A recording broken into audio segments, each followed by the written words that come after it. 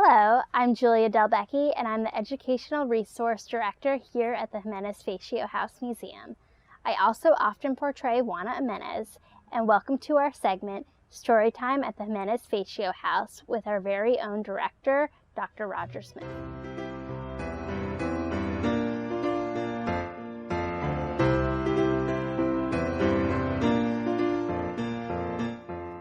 How are you all today?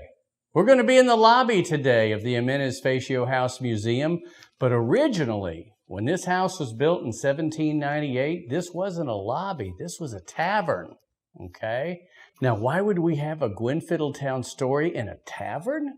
Because it's St. Patrick's Day. Can't you tell? I got my green, I got my derby on, we're all ready to go. Don't ask for an Irish accent. It would just be embarrassing. But today's story is to celebrate St. Patrick's Day, and I call this The Secret of Castle Kilarney. It was St. Patrick's Day in Gwenfiddletown, and Police Chief O'Hare was excited. Tonight was his party to honor this day. He made sure the whole town was invited. There were clover and shamrocks hung all about, and pictures of leprechauns, too. Some coffee from Ireland, cookies and cakes, and a big pot of mulligan stew. The chief worked hard to fix a great meal, and his house was spotlessly clean. But the town folks were in for a crazy surprise. The chief colored all the food green. Some food is best when its color is green, like broccoli and spinach and lettuce, or peas and beans and celery and limes, and green onions don't even upset us. But green corn and green carrots look funny to eat. Green gravy on green mashed potatoes? Green butter to put on your green sliced bread and baskets of big green tomatoes? The chief laughed hard at the thought of his joke, eating green cream on green pies. But a wee little voice spoke out loud and clear that gave him the biggest surprise. "Turn around quick," the voice cried out. "Hurry before I am gone. For catching me will bring you great luck, for I am the king leprechaun." The chief spun around, just catching a glimpse of a tiny old man with a crown. "Faith and begorra, a wee one," he cried, and tripped as he ran falling down. He chased the king far out in the woods, over rocks, up trees, down hills. He banged his head on several tree limbs and suffered some falls and some spills. He didn't much care how painful it got, chasing that leprechaun king, for he always had heard of the fortunes in gold that catching a wee one can bring. "I remember the legends," O'Hare said out loud, "and stories I've often been told, how leprechauns live at the end of a rainbow, surrounded by big pots of gold." "Turn around quick," the voice kept saying as he followed the king in his flight. "Your chance is gone if you don't catch me now, for my magic lasts only this night." O'Hare stopped running and thought to himself, "I'll chase the old goblin no longer. For as much as I want to catch the wee king, his need to be chased is much stronger." "I'll chase you no more," he shouted out loud. "You're probably an elf or a goon. Perhaps you're a troll with a wart on your nose, or some other sort of buffoon." The king began screaming as loud as he could. "How dare you speak out with such blarney? I'll prove I'm a leprechaun once and for all. I'll take you to Castle Kilarney." The castle, he knew, was the main hiding spot for all the wee people and clans. The luck of the Irish is strong in this place, but just for pure hearts and pure hands.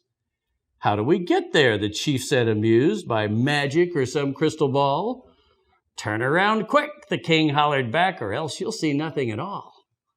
O'Hare spun around, then he drew back in fear as the castle appeared just behind him. "Your heart must be pure and your hands must be true," the king felt the need to remind him. The chief swallowed hard as he entered the gates of this spooky yet wonderful fortress. He felt all the magic and mischief around of the leprechaun king and his sorceress. "Turn around quick," the king called out, but of course O'Hare was too slow. "I'll catch you yet," the chief yelled back, knowing that it wouldn't be so.